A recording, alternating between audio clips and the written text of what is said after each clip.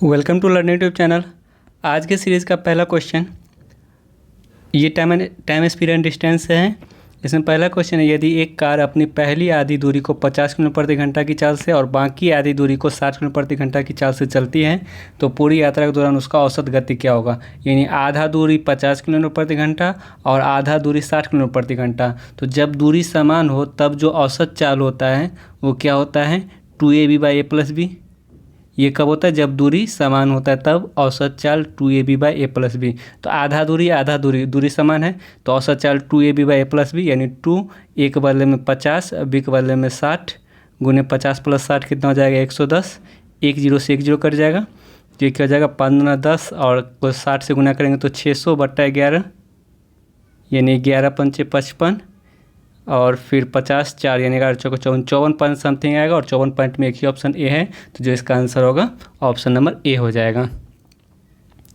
Next सवाल, ए अकेला किसी काम को 15 दिन में करता है, बी 18 दिन में करता है, दोनों एक साथ काम करे तो वो काम को कितना दिन में पूरा करेगा। ये जब ए प्लस बी दोनों मिलकर काम करता है तब इसका फॉर्मूला क्या होता है, a गुना b/a+b। अगर ए दिन में कर रहा है, बी दिन में कर रहा है तो दोनों मिलकर a गुना b/a+b दिन में करता है, यानी 15 गुने 18 और 15 18 को जोड़ेंगे तो 33 हो जाएगा। 3 से काटेंगे तो 5 बार में, 3 से 11 बार में, यानी 11 18 पंचे 90/11, यानी इसका जो आंसर होगा वो ऑप्शन नंबर 90/11 दिन। नेक्स्ट सवाल, 120 वस्तु का क्रय मूल्य 80 वस्तु के विक्रय मूल्य के बराबर है। यानी 120 का जो क्रय मूल्य है वो किसके बराबर है, 80 वस्तु के विक्रय मूल्य के बराबर है। अगर हम इस विक्रय मूल्य को काट के नीचे ले आएंगे और ये 120 को काट के नीचे ले जाएगा, इसका मतलब क्रय मूल्य और विक्रय मूल्य का जो अनुपात आएगा 80:20। यानी अगर क्रय मूल्य 80 रुपया तो विक्रय मूल्य 120 रुपया। तो विक्रय मूल्य ज़्यादा है तो इसी स्थिति में हमें लाभ होगा। तो लाभ बराबर क्या होता है, लाभ प्रतिशत निकालना है। तो लाभ प्रतिशत बराबर क्या होता है, लाभ कितना का लाभ होगा, 120 रुपये में बेचे 80 रुपये में खरीदे थे 40 रुपये का लाभ होगा। कितना में, क्रय मूल्य 80 रुपये में गुने 100, यानी 40 से 2 बार में, 2 से 50 बार में, यानी 50% का लाभ होगा। इसका answer option number C right answer होगा। नेक्स्ट सवाल, एक धनात्मक संख्या अपने वर्गमूल से 30 ही अधिक है तो संख्या ज्ञात करें। यानी कोई धनात्मक संख्या अपने वर्गमूल से 30 अधिक है, यानी कहने का मतलब 16। अगर इस सवाल को हम ऑप्शन से बनाएंगे तो बेटर रहेगा, क्योंकि ऑप्शन से ये ईजी वे में बन जाएगा। जैसे अगर हम 16 लेते हैं तो इसका वर्गमूल 4, वर्गमूल से कितना अधिक है, 12 अधिक है, तो यानी ये ऑप्शन नहीं होगा। अगर इसका हम वर्गमूल निकालेंगे तो 6 होगा। तो अब वर्गमूल से कितना अधिक है, तो 30 अधिक है, तो इसका जो होगा ऑप्शन नंबर बी इसका राइट आंसर होगा। कोई धनात्मक संख्या अपने वर्गमूल से 30 अधिक है, यानी 36 का वर्गमूल 6, तो 6 से ये संख्या 30 अधिक है, तो इसका जो आंसर होगा ऑप्शन नंबर बी होगा। बाकी कोई भी ऑप्शन नहीं होगा। 25 का वर्गमूल 5 होता है, तो 25 5 से कितना अधिक है, 20 अधिक है, जबकि यहाँ पे बोला जा रहा है 30 अधिक है, तो इसका आंसर होगा ऑप्शन नंबर बी हो जाएगा। नेक्स्ट सवाल, 25/7 और 15/28 और 20/21 का लॉसो निकालना है। अगर किसी भी भिन्न का लॉसो निकाला जाता है तो क्या किया जाता है कि ऊपर वाला जितना भी संख्या होगा उसका लॉसो ले लेंगे। 25 15 और 20 का जो लॉसो आएगा वो कितना आ जाएगा, 300 आ जाएगा इसका लॉसो, 300। 25 15 और 20 का जो लॉसो आएगा 300 आ जाएगा। और अगर ऊपर वाले का लॉसो लेंगे तो नीचे वाले का मौसो लेंगे, यानी 7 28 और 21 का मौसो कितना 7। इसका मतलब इस पूरे भिन्न का जो फ्रैक्शन का जो लॉसो आएगा वो 300/7, ऑप्शन नंबर ए। अगर मौसो बोलता है तो ऊपर वाला का मौसो और नीचे वाला का लॉसो लेते हैं। मौसो जो चीज़ बोलेगा वो चीज़ ऊपर वाला का लेकर बाकी उसका उल्टा जो होगा वो नीचे वाला का ले लेंगे। अगर मौसो बोलेगा तो ऊपर मौसो लेंगे, नीचे लॉसो। अगर इस संख्या का लॉसो निकालना रहेगा तो ऊपर का लॉसो और नीचे का मौसो। अब नेक्स्ट सवाल आते हैं, एक घनाभ के आयाम 80 सेंटीमीटर गुने 60 सेंटीमीटर गुने 40 सेंटीमीटर है। बॉक्स को ढकने के लिए कितने वर्ग मीटर कपड़े की आवश्यकता होगी। यानी बॉक्स को अगर हमें ढकना है तो इसका मतलब जितना बॉक्स का पृष्ठीय क्षेत्रफल होगा उतना मीटर हमें कपड़ा की जरूरत पड़ेगी। तो बॉक्स का पृष्ठीय क्षेत्रफल क्या होगा, यानी बॉक्स एक घनाभ के आकार का होता है और घनाभ का जो पृष्ठीय क्षेत्रफल होगा, पृष्ठीय क्षेत्रफल या संपूर्ण क्षेत्रफल, वो क्या हो जाएगा 2 × LB + BH + HL, घनाभ का संपूर्ण पृष्ठीय क्षेत्रफल। तो 2 × LB करेंगे, यानी लंबाई को चौड़ाई से गुना करेंगे तो 4800 प्लस 60 को फिर ये 40 से गुना करेंगे तो 2400 प्लस फिर ये 80 को 40 से गुना करेंगे तो 3200, 8 चौका 32, 3200 आ जाएगा। यानी 2 गुने कितना आ जाएगा, ये 4800 था। यानी 8 4 12 2 14 और 4 2 6 3 9 1 10, यानी 10,400 आ गया। और इसको 2 से गुना करेंगे तो 20,800 संपूर्ण पृष्ठीय क्षेत्रफल आ गया। इसका मतलब जो कपड़ा को ढकने के लिए कपड़ा की आवश्यकता होगी वो 20,800 हो जाएगा। अब नेक्स्ट सवाल आते हैं। ए और बी की आय का अनुपात 3:2 है यदि उनके व्यय क्रमशः 14,000 और 10,000 है। यानी ए और बी का जो आय का अनुपात है वो क्या दिया गया है, 3:2 दिया गया उसके आय का अनुपात। ठीक है, उनका व्यय क्रमशः 14,000 और 10,000 के अनुपात में हो और ए की बचत 4,000 हो। कहने का मतलब है अगर ए का व्यय 14,000 है, 14,000 और ए का बचत कितना है, 4,000 है, तो इसका मतलब ए का जो आय होगा, ये हम ए का केवल बात कर रहे हैं, ए का आय कितना हो जाएगा, 18,000 हो जाएगा। ए का आय 18,000, ए का आय अनुपात में 3 है और वास्तव में उसका आय 18,000 है। यानी यही 3 का वैल्यू 18,000 दिया गया है, तो एक का वैल्यू 6,000 हो जाएगा। 18,000 बता 3 6,000, तो 2 का वैल्यू कितना हो जाएगा, 12,000। इसका मतलब बी का जो आय आया, बी का आय वो 12,000 आ गया, बी का आय। और बी का जो व्यय है वो 10,000 दिया गया यहाँ पे, बी का व्यय, और बी का जो व्यय है वो कितना दिया गया, 10,000। तो क्या चीज़ निकालना है, बी का बचत निकालना है। तो बचत निकालने के लिए क्या करते हैं, हम आय में से व्यय को घटा देते हैं, तो जो 2,000 रुपया आएगा वो बी का क्या आ जाएगा, बचत आ जाएगा। ऑप्शन नंबर 20 का राइट आंसर है। अब नेक्स्ट सवाल देखते हैं। 2 संख्या का लॉस हो 210 है, 935 है, एक संख्या 105 हो, तो दूसरी संख्या ज्ञात करें। तो हम लोग क्या पढ़ रहे हैं कि 2 संख्या का गुणन जो होता है, गुणनफल वो किसके बराबर होता है, एलसीएम गुने एचसीएफ। ठीक है, 2 संख्या गुणनफल, एक संख्या 105 है, दूसरी संख्या को हम लोग x मान लेते हैं। ये किसके बराबर होगा, लॉसो 210 और 935। ठीक है, अगर हम 7 से काटेंगे तो 15 7 105 और 7 से काटेंगे तो 30 बार में, फिर 15 से 2 बार में, यानी जो दूसरी संख्या आएगा 35 दूना 70, यानी इसका जो आंसर होगा ऑप्शन नंबर बी हो जाएगा। अब नेक्स्ट सवाल देखते हैं। इसमें बहुलक ज्ञात करना है। तो बहुलक क्या होता है कि जिसकी बारंबारता अधिक हो उसको हम बहुलक बोलते हैं। तो 3 की बारंबारता कितना है, जो ऑप्शन में जाएगा केवल उसी का बारंबारता निकालेंगे तो हमें ईजी होगा। 3 का बारंबारता 2 है, इन 3 का प्रयोग 2 बार किया गया है। 4 का प्रयोग कितना बार किया गया, 1 2, 4 का प्रयोग भी 2 बार किया गया है। 5 का प्रयोग 1 2 3, यानी 3 बार किया गया, यानी 5 का प्रयोग 3 बार किया गया। और ये 2 का प्रयोग कितना बार किया गया, 1 बार, यानी 1 ही बार किया गया। तो सबसे ज़्यादा प्रयोग किसका किया गया है, 5 का, तो इसका जो बहुलक होगा वो 5 हो जाएगा, यानी ऑप्शन नंबर सी इसका राइट आंसर होगा। अब नेक्स्ट सवाल आते हैं। ये जो ग्राफ है वो जेड के कई वर्षों में व्यय दिया गया है। यानी जेड के जो मतलब ये 2011 का बात करें तो जेड का वेतन 412 था, ईंधन परिवहन पर खर्च इतना, बोनस इतना, और ये सब जो भी चीज़ दिया गया सब लाख में दिया गया है। तो क्या चीज़ बोले, 2011 में जेड का कुल खर्च कितना है, तो 2011 में, यानी 2011 में जेड का खर्च निकालना है। तो ये वेतन है, यानी वेतन पे 412 रुपया खर्च किया गया, और परिवहन पे 227, 15, 133.4 और 98। तो इस सब को अगर हम जोड़ते हैं, इस सब को अगर हम जोड़ेंगे तो कितना आ जाएगा, देखिए पॉइंट के बाद 4 है, यहाँ पे पॉइंट के बाद 4 है, यानी इसका मतलब क्या हो गया, पॉइंट के बाद और कहीं भी कुछ अंक नहीं है, इसका मतलब क्या होगा, पॉइंट के बाद 4 ही आएगा। तो पॉइंट के बाद 4 एक ही ऑप्शन सी में है, तो जो इसका आंसर होगा वो ऑप्शन नंबर सी हो जाएगा। ठीक है, अगर पॉइंट के बाद 4 2 ऑप्शन में रहता तब हमें जोड़ना पड़ता, लेकिन जब एक ही ऑप्शन में पॉइंट के बाद 4 मिल रहा है तो हम क्यों जोड़े, एक ही ऑप्शन मिल ही रहा है, तो इसका जो आंसर होगा ऑप्शन नंबर सी हो जाएगा। अब नेक्स्ट सवाल देखते हैं। 2012 के लिए वेतन पर किया गया खर्च ईंधन और परिवहन पर खर्च किया गया है, का कितना प्रतिशत ईंधन और परिवहन पे खर्च किया गया है। तो ईंधन और परिवहन पे कितना है, 2012 में लेना है ना, 2012 में ईंधन और परिवहन पे 233।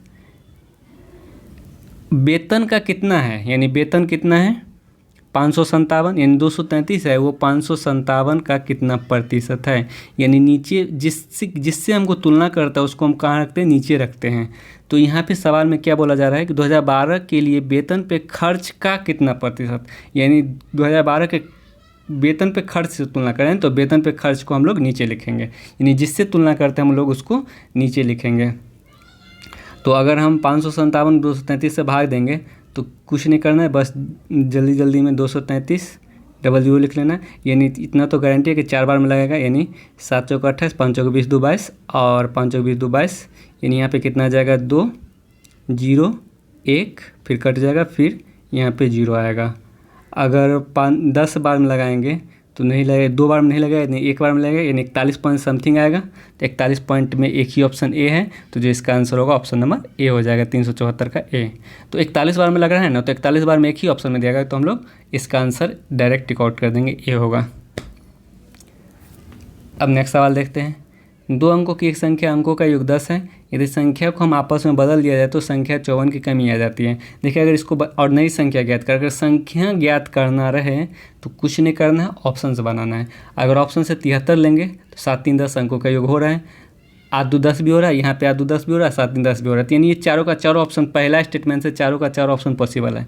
अब हम लोग सेकेंड स्टेटमेंट पढ़ते हैं, यदि संख्या को आपस में बदल देते हैं, यानी 73 को अगर हम बदलेंगे तो 37 हो जाएगा, तो 54 का कमी आता है, तो कितना कमी आया 6 और 36 का कमी आ गया, जबकि यहाँ बोला जाए 54 को। अगर यहाँ हम पलटेंगे तो यहाँ तो वृद्धि हो गया ना, 28 से 82 तो वृद्धि हो गया, तो ये ऑप्शन नहीं होगा। अगर 82 को पलटेंगे तो 28 होगा, तो कितना का कमी आ रहा है 54 का कमी आ रहा है, तो इसका जो आंसर होगा ऑप्शन नंबर सी हो जाएगा।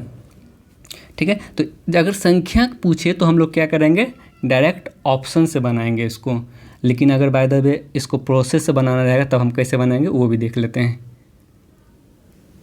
इसमें क्या बोला, 2 अंकों की एक संख्या के अंकों का योग 10 है, यानी 2 अंकों की एक संख्या हम लोग मानते हैं इकाई स्थान पे y है और दाएं स्थान पे x है। इसके अंकों का योग क्या हो जाएगा x प्लस वाई, और x प्लस वाई कितने दिया गया 10 दिया गया। जब हम अंकों को आपस में बदल देंगे तो संख्या में 54 का कमी हो जाता है। तो इस संख्या को हम लोग किस फॉर्म में लिख सकते हैं, 10x प्लस वाई। इस संख्या हम लोग किस फॉर्म में लिख सकते हैं, 2 अंकों की संख्या को 10x प्लस वाई के फॉर्म में लिखते हैं। जब हम अंक को पलट देंगे, यानी दाहिने स्थान पे y आ जाएगा, इकाई स्थान पे x हो जाएगा, तब ये संख्या क्या हो जाएगा 10y प्लस x। तब जो संख्या में अंतर आएगा वो कितना का आएगा, 54 का कमी हो जाएगा। तो यहाँ से 10x में से x जाएगा तो 9x, और y में से 10y जाएगा तो -9y बराबर 54, यानी x माइनस वाई बराबर 6 हो जाएगा। अगर 9 हम इसमें से कॉमन लेंगे। अब हम क्या करेंगे, दोनों इक्वेशन को सॉल्व करके, यानी पहला इक्वेशन ये रहा, दूसरा इक्वेशन ये रहा, दोनों इक्वेशन को सॉल्व करके एक्स वाई का वैल्यू निकाल लेंगे, और एक्स वाई का जो वैल्यू आएगा तो संख्या एक्स वाई आ जाएगा। इस दोनों समीकरण को जोड़ेंगे तो वाई से वाई कट जाएगा, यानी एक्स प्लस एक्स, 2x बराबर 16, तो x बराबर 8। जब x बराबर 8 आ गया तो y बराबर कितना हो जाएगा 2, इसका मतलब संख्या 8 2 82 हो जाएगा। ऑप्शन नंबर सी इसका राइट आंसर होगा।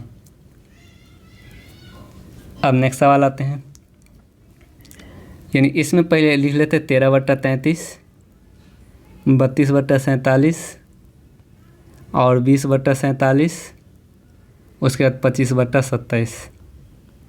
इसमें कौन बड़ा है कौन छोटा है, ठीक है। इसको हम लोग क्या करेंगे, डेसिमल से अगर हम बनाएंगे तो इजी वे में बन जाएगा। हम क्या करते हैं, सबसे पहले एक जीरो दे देते हैं। देखिए क्रॉस मल्टीप्लिकेशन तब करना है जब ये सवाल इजी संख्या दिया, जैसे 2/5 और 4/9 दिया गया, तो हम गुना आसानी से कर सकते हैं, तभी हम क्रॉस मल्टीप्लिकेशन यहाँ पे यूज करेंगे। लेकिन अगर गुना आसानी से नहीं कर सकते हैं तो हम क्या करेंगे, इसको दशमलव में ले आएंगे, तो एक एक जीरो बैठा के तब दशमलव में लाते हैं। यानी ये 33 से कितना बार में लगेगा, जीरो, यानी 33 से ये लगभग 3 बार में लगेगा, 33 3 99, क्योंकि 4 बार में लगाएंगे तो 132 हो जाएगा। तो 33 से 3.9 के लगभग में ये आ जाएगा, ठीक है। और इसको लगाएंगे तो 4 8 32, 8 बार में नहीं लगेगा, 4 7 28, 7 पॉइंट समथिंग में लगेगा ये। और अगर इसको लगाएंगे तो 4 3 4 4 16, 4 5 20, यानी 4 बार में लगेगा ये। और 27 अगर हम लगाएंगे तो ये कितना बार में, 9 बार में लगेगा, 9 5 45, यानी 9 पॉइंट में समथिंग आएगा। तो अब हमें स्पष्ट पता चल गया, यानी सबसे छोटा 13/33 है, उससे बड़ा क्या है 20/47 है, उससे बड़ा क्या है 7 पॉइंट यानी 32/47 है, और उससे बड़ा क्या है 25/27 है। तो इसका जो आंसर होगा 13/33, 20/47, 32/47, 20/47, 32/47 और 25/27, यानी इसका जो आंसर होगा ऑप्शन नंबर सी हो जाएगा। नेक्स्ट सवाल आते हैं। इसमें कहते हैं 3 कुर्सी और 2 मेज टेबल का मूल्य जो है 700 रुपये दिया गया। कुर्सी का मूल्य हम x मान लेते हैं और मेज का मूल्य ये y रुपया मान लेते हैं। तो यानी 3x प्लस 2y जो दिया गया है वो कितने दिया गया 700 दिया गया है, और 5 कुर्सी और 3 टेबल का मूल्य यानी 5x प्लस 3y जो दिया गया है वो 1100 रुपये दिया गया है। तो 1 कुर्सी और 2 मेज का मूल्य निकालना है, यानी x प्लस 2y का निकालना है। 1 कुर्सी और 2 मेज का मूल्य निकालना है। देखिए अगर x का वैल्यू निकालना रहे तो हम लोग क्या करेंगे, डायरेक्ट इसको कैसे निकालेंगे वो देख लेते हैं। क्या करना है, अगर x का वैल्यू निकालना है तो कैसे निकालेंगे, इसको हम लोग पहले ये 4/α इसको ध्यान रखेंगे। ये 4/α क्या है, अगर x का वैल्यू निकालना है तो ये x को हम लोग कैंसिल कर देंगे, ठीक है, x को कैंसिल कर देते हैं, ये x को इग्नोर कर देना है, ये वाला x भाग को इग्नोर कर देना है। फिर क्या करना है, ये 4 का मतलब क्या हुआ कि इस तरह से गुना करेंगे, ठीक है। तो ये अगर 11 को 2 को 11 से गुना करेंगे तो 2200, फिर माइनस ये 7 को 3 से गुना करेंगे तो 2100 बटा, अगर अल्फ़ा का मतलब क्या है, अब इसको छोड़ दीजिए, अब इसको ये 700 अब इसको कैंसिल कर देना है, ठीक है, और इसको इस तरह से गुना करना है। ये इस तरह से ना अल्फ़ा, तो यानी ये अल्फ़ा इस तरह से गुना करना है, यानी 5 को 2 से गुना करेंगे तो 10 माइनस, और ये 3 को 3 से गुना करेंगे तो 9, यानी x का वैल्यू आएगा 2200 में से 100 जाएगा 2100 जाएगा तो 100/1, यानी इसका जो आंसर आएगा x का मान जाएगा 100 आ जाएगा। अब y का अगर मान निकालना हो, y का पहले हम इक्वेशन लिख लेते हैं, 3x प्लस 2y बराबर 700 और 5x प्लस 3y बराबर 100, कितना दिया गया था 1100। अगर y का वैल्यू निकालना है जिसको हम अल्फ़ा ही रहने देंगे, देखिए अगर y का वैल्यू निकालना है तो y को ढक देंगे, जैसे x का वैल्यू निकालना था तो पहले हम x का ढक दिए थे, अगर y का वैल्यू निकालना है y को ढक देंगे। और ये अल्फ़ा इस तरह से दिया गया है ना, तो इसका मतलब इस तरह से अल्फ़ा लेंगे तो 700 को 500 गुना करना पड़ेगा और 3 को 100 से गुना करना पड़ेगा, यानी 700 को 500 गुना करेंगे तो 3500 माइनस, फिर ये 3 को 100 गुना करेंगे तो 3300 डिवाइड बाय, अब फिर ये 4 का मतलब होता है अब इसको ढक देना है और ये 4 इस तरह से लेना है, सॉरी ये अल्फ़ा ही लेना है ना, अल्फ़ा यानी 5 9 10 और 3 3 9, यानी 10 में से 9 गया 1। जैसे ये नीचे वाला दोनों में सेम रहेगा, केवल ऊपर वाला चेंज हो जाएगा, यानी 3500 में से 33 हो जाएगा तो 200 हो जाएगा, यानी y का मान 200 आ गया, x का मान 100 आ गया। जब ये 200 आया तो यानी ये 400 और ये 100, यानी टोटल मिला के जो मेरा करामूल आएगा वो 500 आ जाएगा। इसका जो आंसर नंबर सी होगा।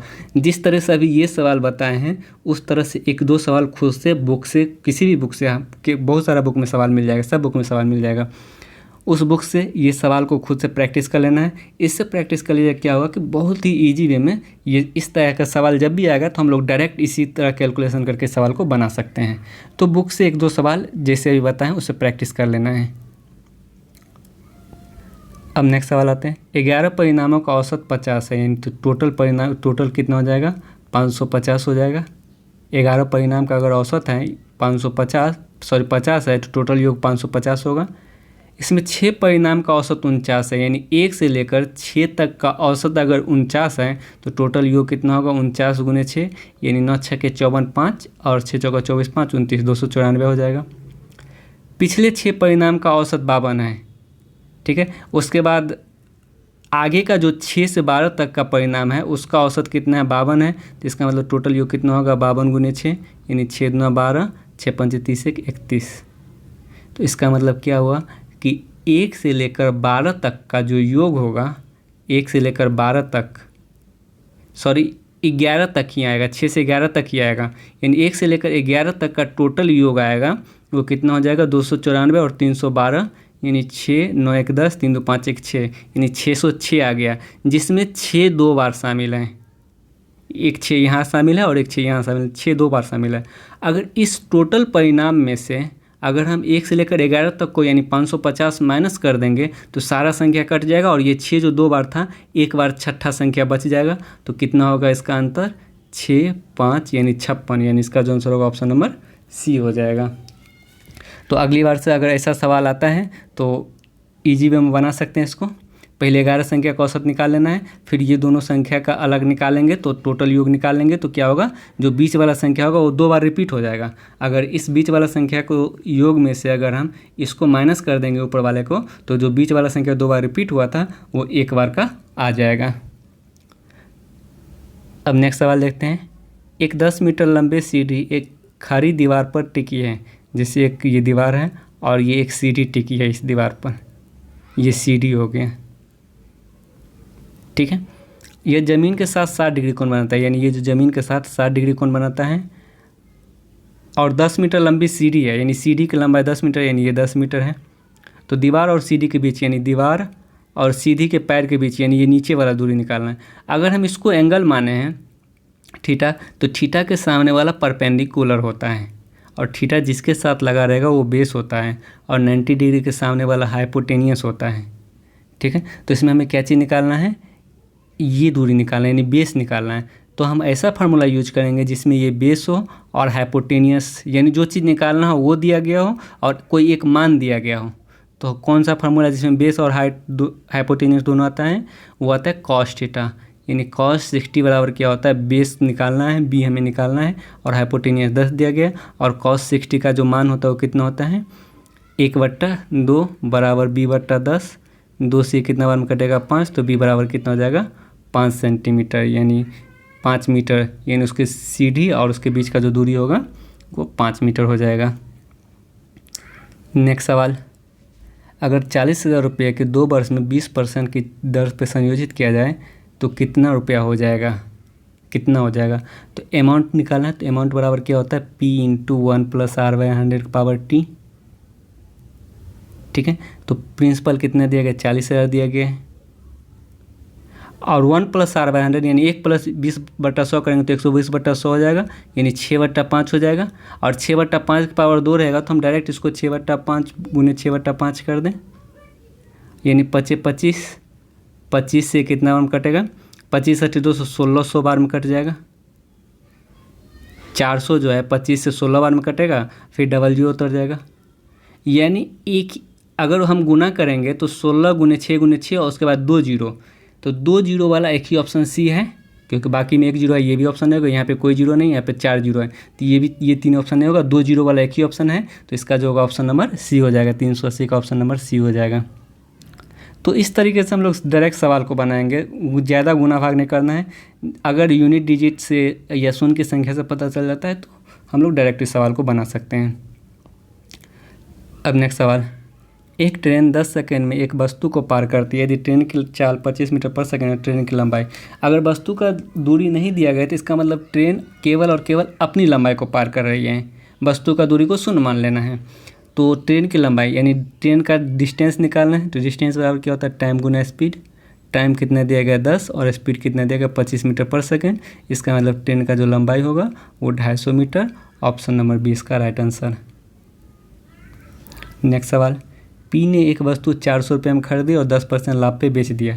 लाभ प्रतिशत में कितना का वृद्धि होगा यदि 460 में बेचता है, यानी 400 में खरीदा, अगर 460 में बेचता है तो कितना का लाभ होगा, 60 का कितना में 400 में गुने 100, यानी 15% का लाभ होगा। कब, जब 460 में बेचेगा। पहले कितना हो रहा था, 10% लाभ हो रहा था, तो लाभ में कितना का वृद्धि हुआ, 5% का वृद्धि हुआ। तो इसका जो आंसर होगा ऑप्शन नंबर ए इसका राइट आंसर होगा। अब नेक्स्ट सवाल आते हैं। 2/9 + 3/5 भागा 2/9 + 2/5। इसको कैसे बनाते हैं हम लोग, डायरेक्ट 5 × 10 9 × 27 27 10 37 बटा 9 × 5 45। अभी ये इसका कैलकुलेशन कितना का, 5 × 10 और 9 × 18 10 और 18 28 बटा 45। ये पूरा कैलकुलेशन 28 बटा 45 है, और इस भाग को हम गुना में बदलेंगे तो ये 45 बटा 28 हो जाएगा। तो ये 45 से 45 कट जाएगा, 37 बटा 28। ऑप्शन नंबर ए इसका राइट आंसर होगा। नेक्स्ट सवाल, P713 ये 11 से विभाजित है तो छोटी प्राकृतिक संख्या P का मान ज्ञात करें। 11 से विभाजित का क्या नियम है कि अल्टरनेट पे जो सम स्थान और विषम स्थान का जो योग का अंतर होता है वो शून्य होता है। तो यहाँ पे अल्टरनेट में योग 10 हो रहा है और यहाँ पे क्या हो रहा है P+1। इस दोनों का अंतर अगर हमें शून्य चाहिए या 11 का मल्टीपल चाहिए तो इसका मतलब P के बदले में 9 रखेंगे, तभी तो 9 एक 10 हो जाएगा ये भी और 10 ये भी, और इस दोनों का अंतर 0 हो जाएगा। इसका मतलब P का जो मान आएगा वो ऑप्शन नंबर डी 9 हो जाएगा। नेक्स्ट सवाल देखते हैं, P कार्य करने में Q से 2 गुना सक्षम है। Q एक काम को 12 दिन लगाते हैं तो दोनों मिलकर एक साथ करते हैं तो इस काम को पूरा करने में कितना दिन लगेगा। यानी P का जो क्षमता है वो Q से क्या है 2 गुना है। यानी Q का क्षमता अगर 1 तो P का क्षमता क्या हो जाएगा 2।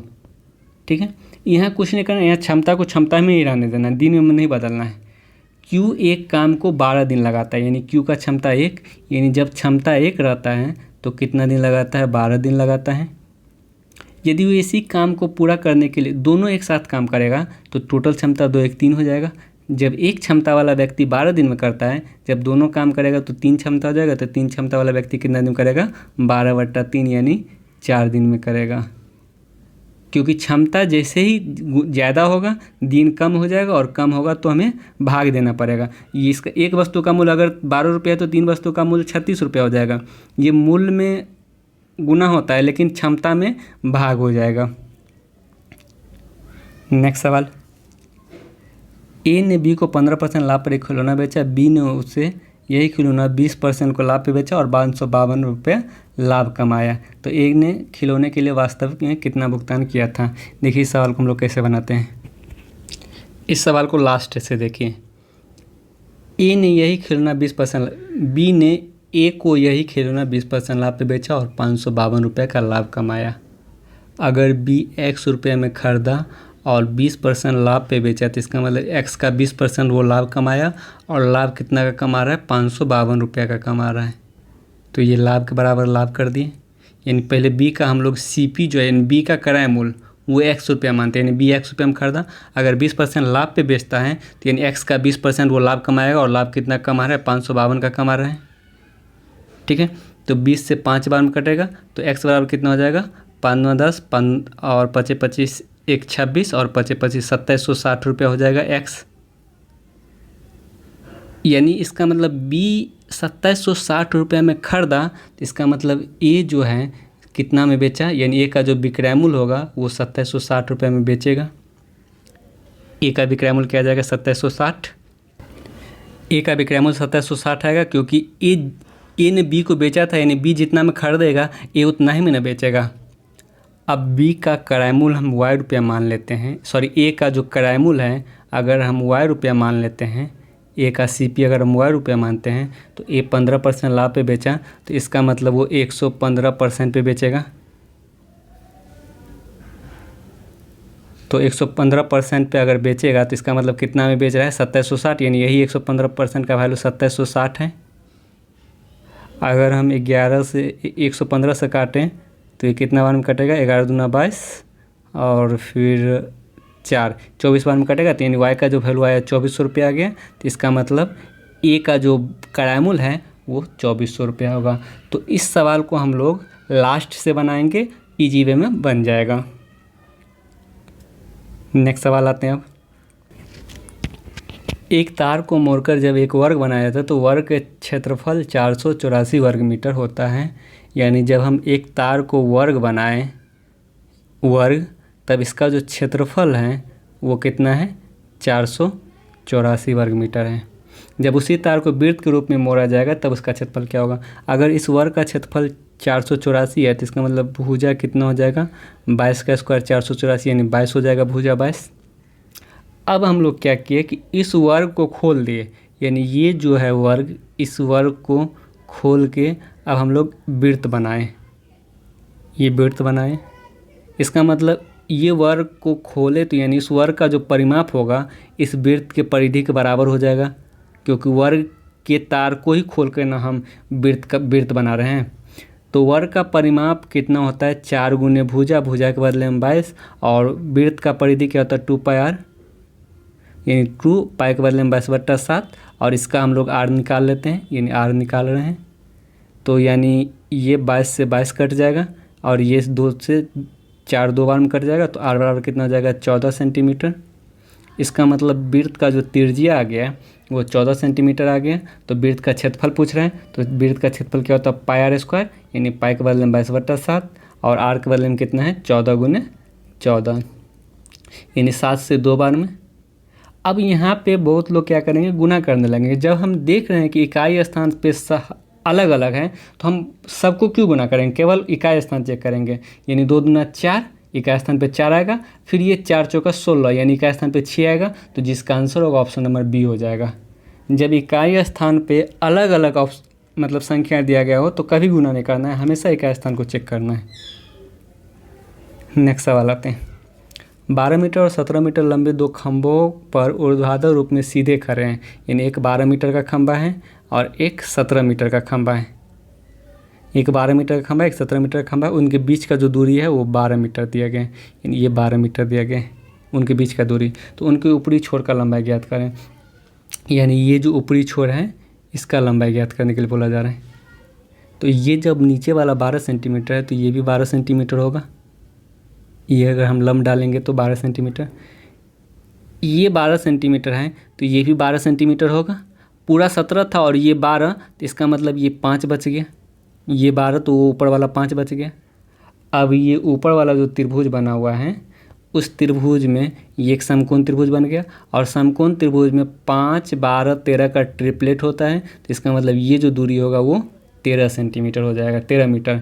यानी हमेशा याद रखेंगे समकोण त्रिभुज में 5, 12, 13, 8, 15, 17, 7, 24, 25, 7, 24, 25, 3, 4, 5, ये सब का ट्रिपलेट बनता है, और इसको याद रखेंगे, बहुत काम का चीज़ है ये सब। नेक्स्ट सवाल आते हैं। 3 संख्या का अनुपात 1, 3, 5 के अनुपात में उनका योग 10,800 है, तो तीनों में बड़ी संख्या है। अनुपात में योग कितना हो रहा है 5, 3, 8, 1, 9, और वास्तव में योग कितना है 10,800, यानी 9 का वैल्यू 10,800 यूनिट दिया गया है, तो 1 का वैल्यू कितना हो जाएगा 1200। तो किसका बोला सबसे बड़ी संख्या, सबसे बड़ी संख्या अनुपात में 5 है, तो 5 का वैल्यू कितना आ जाएगा 12 × 5 = 60, यानी 6000। ऑप्शन नंबर सी इसका राइट आंसर होगा। तो आज का सेशन यही समाप्त होता है। अगर वीडियो अच्छा लगे तो लाइक और शेयर जरूर कीजिएगा, और जो लोग चैनल को सब्सक्राइब नहीं किए हैं चैनल को जो भी जरूर सब्सक्राइब कर लीजिएगा। आज के लिए इतना ही, थैंक यू, बाय बाय।